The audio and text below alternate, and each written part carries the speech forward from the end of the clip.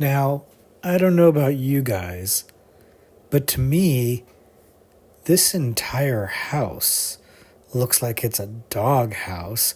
Like, this is clearly their place. They are definitely in charge here. And I guess living in this doghouse, well, it's probably pretty rough.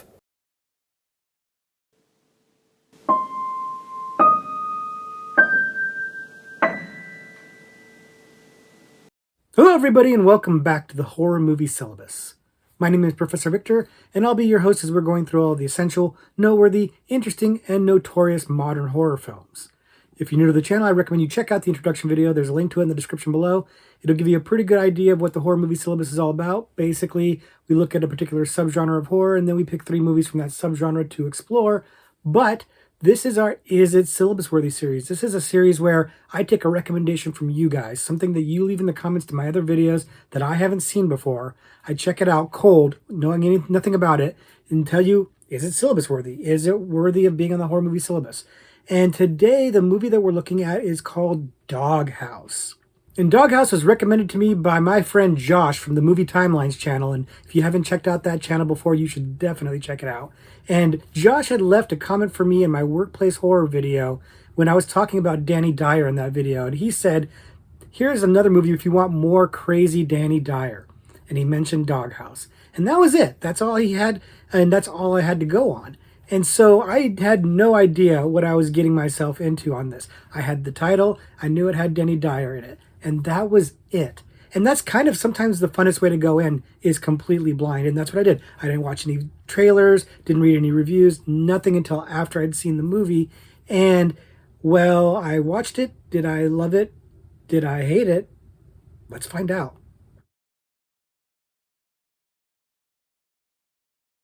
Like I said, the movie we're looking at today is Doghouse.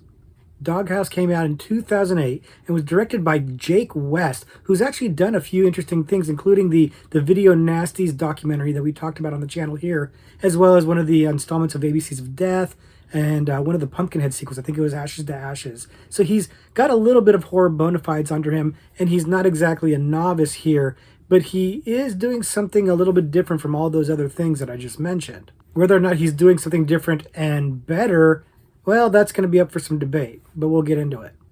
First, if you haven't seen it before, the movie is about a group of guys, or lads, except they're probably a little bit old to be lads now, who are going out on the town to get one of the guy's spirits up because he's going through a divorce, and they want to go out and have like a drinking weekend. And so they go off to a small town where they have a place to stay. It's one of the other guys' relatives. And they get to this little small hamlet, if you will, and it's deserted, and they don't know why. But then upon further investigation, they discover that the women in the town have become zombie-esque, man-eating monsters. And all the men in the town are missing. So hijinks naturally abound from that point on. And I'll stop, of course, to not to spoil it for anybody. But the thing about this movie is that it's got a really strong, or at least familiar and decent setup for a horror movie. Like, it's a very comfortable slasher-esque kind of setup, you know, a group of people going into a new kind of secluded area that they're not familiar with, and things are a little bit amiss, people are missing, there's some sort of danger that needs to be discovered or unraveled, and there's a lot of them, and they're going to get picked off. That's a pretty good opening, especially for somebody like me who likes slasher stuff. And while this movie doesn't wind up actually being a slasher movie, it does have gore and interesting kills that are creative and fun. Like, the violence on this is kind of over the top and unique, and it's not very mundane or anything like that. And the gore is solid, it's on point. So it's giving me what I think I'm being set up for. But the truth is, I didn't really know what to expect. And then the movie kind of gives up the ghost kind of early. Like, from the title alone, I'm thinking there's going to be dogs in the movie. And that's not the case at all. It really has nothing to do with that. It has to do with a bunch of guys who are, I guess, in the doghouse because they're not they're not treating their women very well, or their women are not very nice, or however you want to look at it, and they're going off to this weekend and nobody's happy about it. And it feels a little bit in a setup kind of like World's End, the Edgar Wright movie World's End meets Shaun of the Dead, and with a little dash of Hot Fuzz thrown in there because of the small town locale. It's kind of the Cornetto trilogy all in one movie, for better and for worse.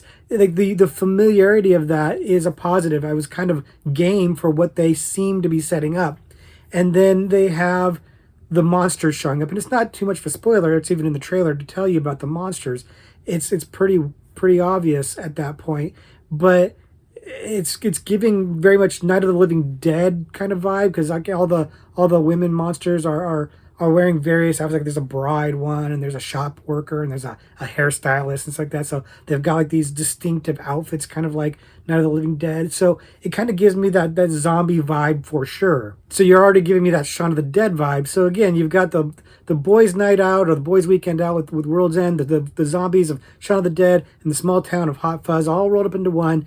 And those are good ingredients, but maybe the ratio is a little bit off, because the small town setting is great. It's a really cool little place. It seems like it'd be kind of a cool place to hang out and have a good time, but it's maybe a little too small. Like the geography becomes very apparent very early on that it's a very small space. And I don't know if it's because it's a very low budget movie or what, but you can keep track of everything, which is cool, but it's also like there's not a lot to explore in the movie either. So there's a pro and a con there. And then there's the cast. There's a group of guys that are going out there, and my first impression of the movie, because the first thing they do is introduce every character, every guy who's on the trip, and there's like 7 or 8 of them, and there's too many.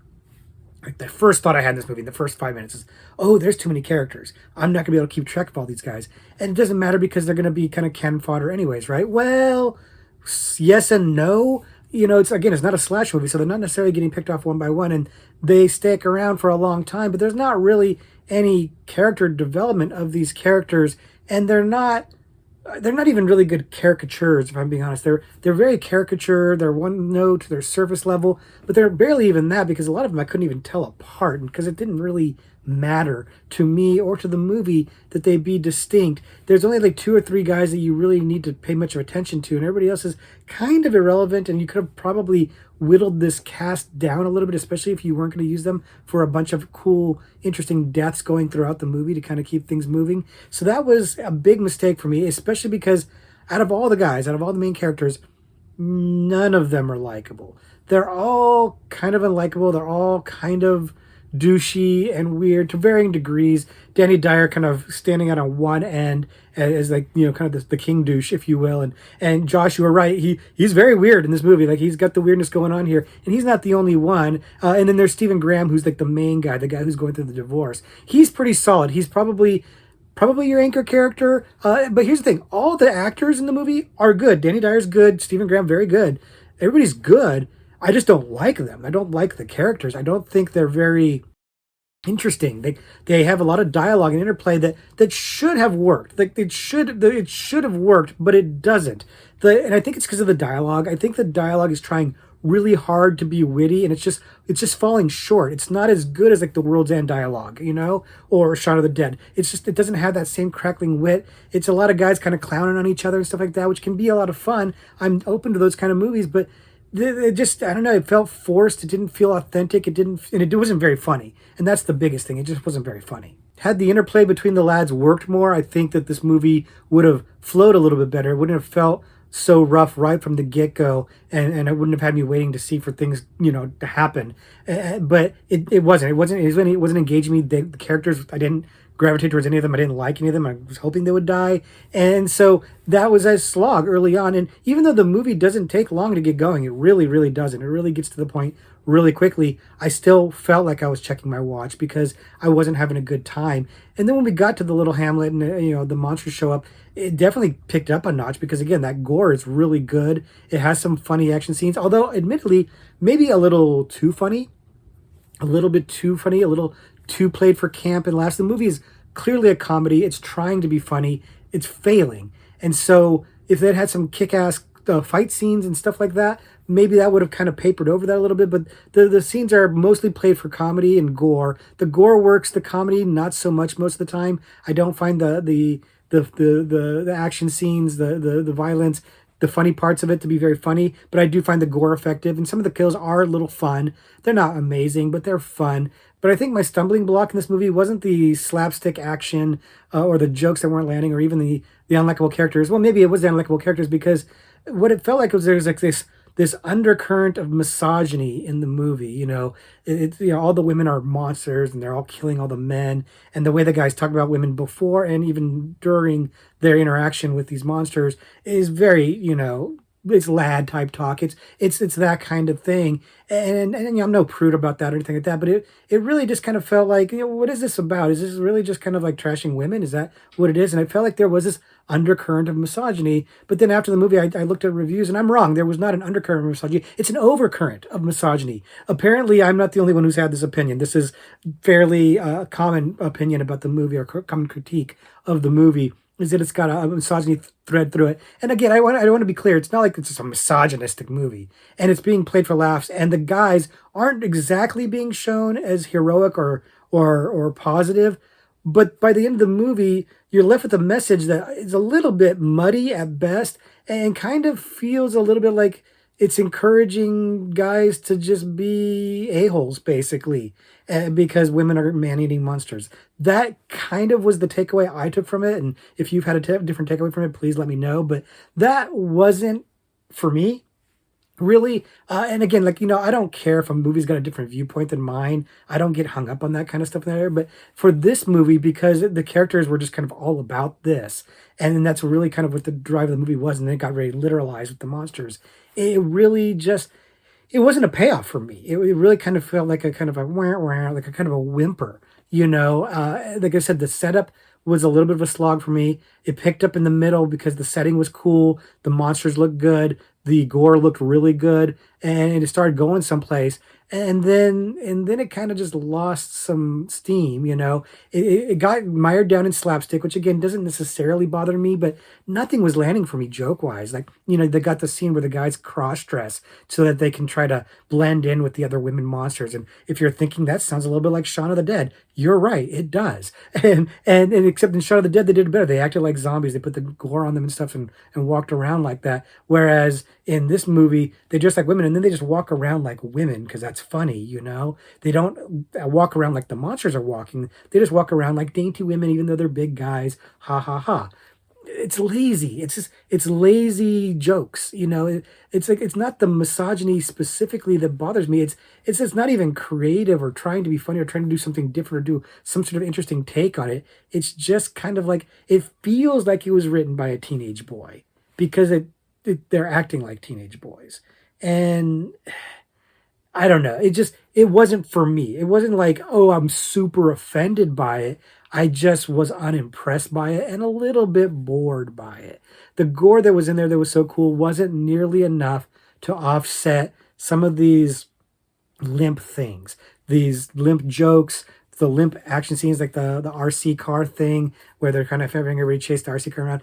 Okay, not bad, but it just wasn't compelling enough to overcome a lot of the shortcomings I had here. So it felt like a pretty solid cast getting dragged down by poor dialogue and a story that doesn't really know what it wants to do, or more importantly, what it wants to say thematically. It felt kind of empty. And all that might be a fine enough time for a diversion with some fun monsters and gore, except that this movie's reminding me so much of other movies that are better. And that's a problem, because I could be watching those movies instead. So that was the thing. It was that constant reminder that I could be spending my time doing something else that was really nagging at me and making me nitpick the movie more and more. But was it just nitpicking? Was I being overly nitpicky on that? And did it actually manage to somehow squeak its way onto the horror movie syllabus? Let's find out. So, is Doghouse syllabus worthy? No. No, absolutely not. it just did not work for me at all. I did not like this movie, which means that Josh probably liked it quite a bit because Josh and I tend to have a difference of opinion on movies.